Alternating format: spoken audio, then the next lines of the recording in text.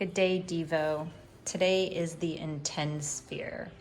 This is where we clarify our desire to fulfill the purpose of this 7-day heroine's journey that we're on. This quest is really about returning with the elixir, taking all of the lessons that we've learned throughout this 4-week cycle, and then distilling them into one ultimate elixir for the week. For myself, I have a list of kind of like ongoing lessons that I've learned, and I'm really trying to pull those together. I've really felt like there's been a big up and down, kind of like this month has been a roller coaster. But I shouldn't say they've not been steep ups and downs. They've kind of just been like little rolling hills where I can feel my energy waxing and waning. And so through that process of those dips, I've stepped away from this project that I'm doing, these draw and tell flashcards that I've created. And so my intention for this last quest of the lunar cycle is for me to go ahead and publish these and put these out there. And that in my imagination, if I don't do this, I will feel like I have failed or slacked or procrastinated too much. I made a post before about just letting things be in the timing that they're meant to be. But I do believe that there's also some sort of blocks that get in the way of something that you should actually be finishing.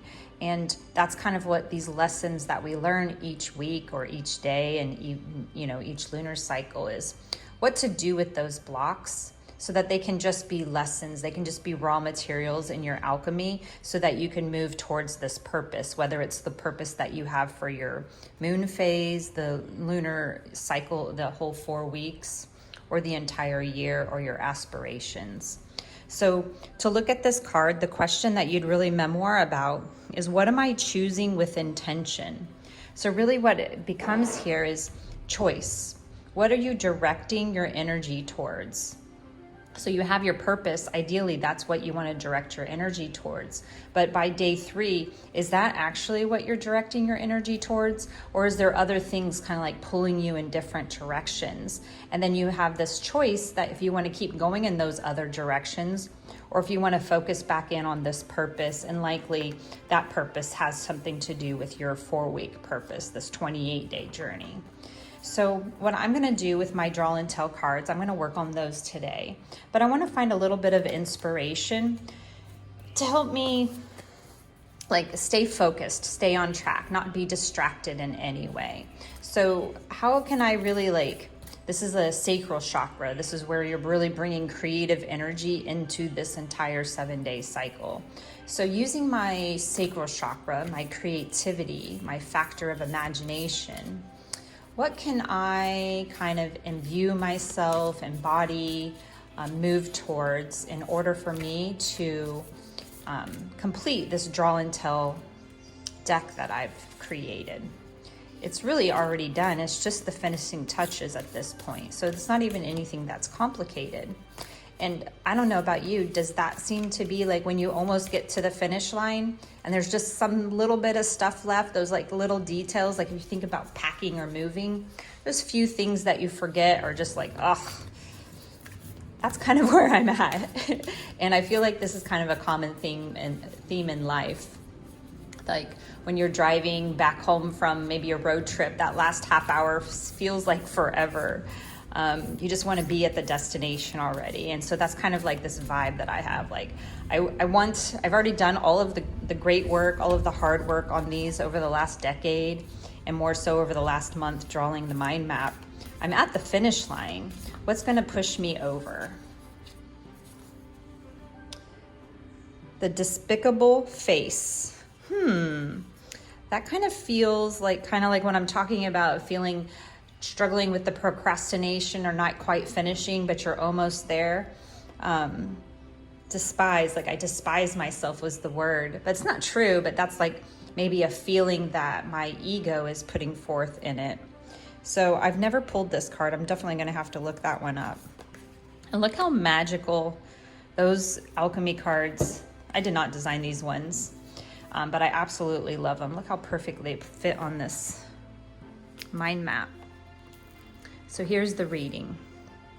The despicable face is never seen. Rather, it is kept in hiding to save outward appearances. This card appears when something below the surface wants to be witnessed in order to be transformed. Okay, so this kind of feels like the shadow if we're looking at Carl Jung's concept.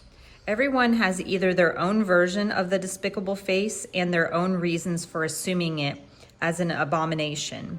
It could be a buried resentment, an insecurity, or a physical characteristic that holds us back from expressing our true self.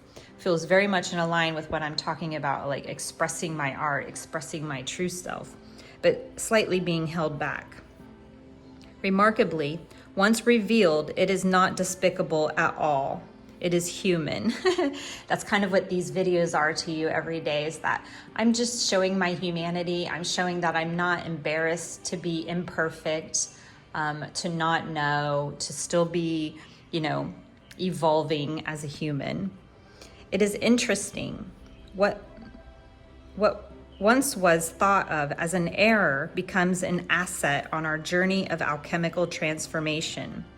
Kind of mentioned that earlier, that I have a post that's like, don't worry about something not being complete. It just means that it's not time yet. So I suppose if I think about this project, it just hasn't been time yet. And I'm kind of hoping that now is the time, and that I have 4 more days in this quest and what's left of this lunar cycle to put this product out there for other people to enjoy.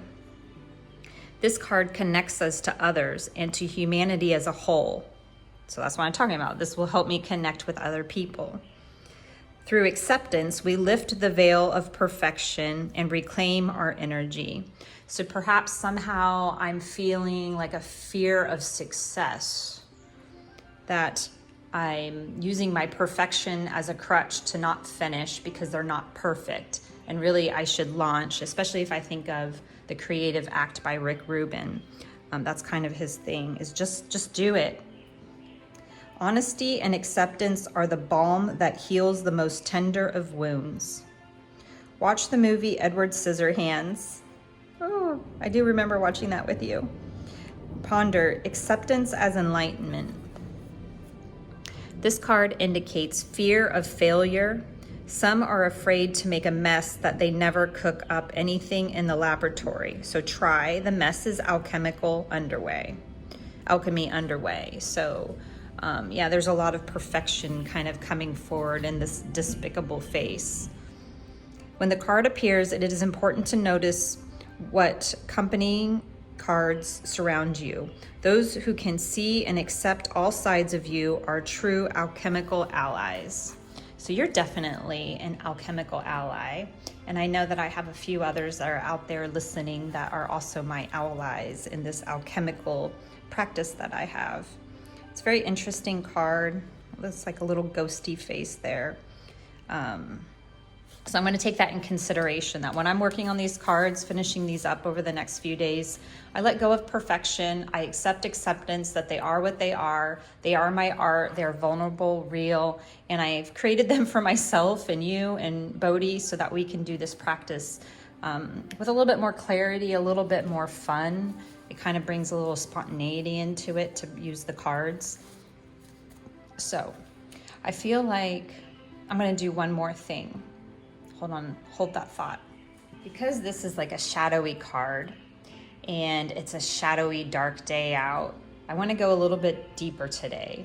I don't want to be distracted and not finish these cards, but I do want to spend a little bit more time with the intention of what it is that I'm creating. So since you purchased this book recently and you're going to start reading it, I'm going to just go ahead and flip through a random page and find some inspiration that goes along with this despicable face. Like, how can I overcome this failure to launch is what I heard, this fear of failure or success. Collaboration. Nothing begins with us. The more we pay attention, the more we begin to realize that all the work we do is a collaboration. It's a collaboration with the art that comes before you and the art that will come after. It's also a collaboration with the world you're living in. It's with the experiences you've had, with the tools you use, with the audience, and with who you are today. The self has many distinct aspects. It's possible to create a piece, love it, and then look at it the next day and feel completely different about it. So yeah, this feels like it's a good chapter. It's on page 89 if you want to read this one. The inspired artist aspect of yourself may be in conflict with the craft person aspect. Man, this is spot on. With the craft person aspect. Disappointed that the craftsperson is unable to create the physical embodiment of the inspired artist's vision. So oftentimes, like, you'll see something on, what is that, Pinterest? You're like, oh, I'm gonna make that. And then it just turns out nothing like that, like what you saw in your mind. I know you have also experienced that. This is a common conflict for creators since there's no direct conversion from abstract thought to the material world. The work is always an interpretation. So there's much more here, but that really kind of like gives me grace and allowance and a little bit of flexibility to recognize this is art. You know, I'm not doing brain surgery here. This is my interpretation of, of my work. And so just back off myself a little bit and give myself some grace and ease. So today I'm going to work on the draw and tell cards, these right here. And I'm going to use those to help manifest my right now experience. Like I want to have vision for the future, but I also want to enjoy the vision of seeing and creating what I'm actually creating and not only looking towards the finished product, if that makes any sense to you. So let me know what you come up with your intense sphere. I really like what your purpose is this week, and I really want to see like how that takes full bloom for this lunar cycle. So I guess that's it, and I'll see you in the next one.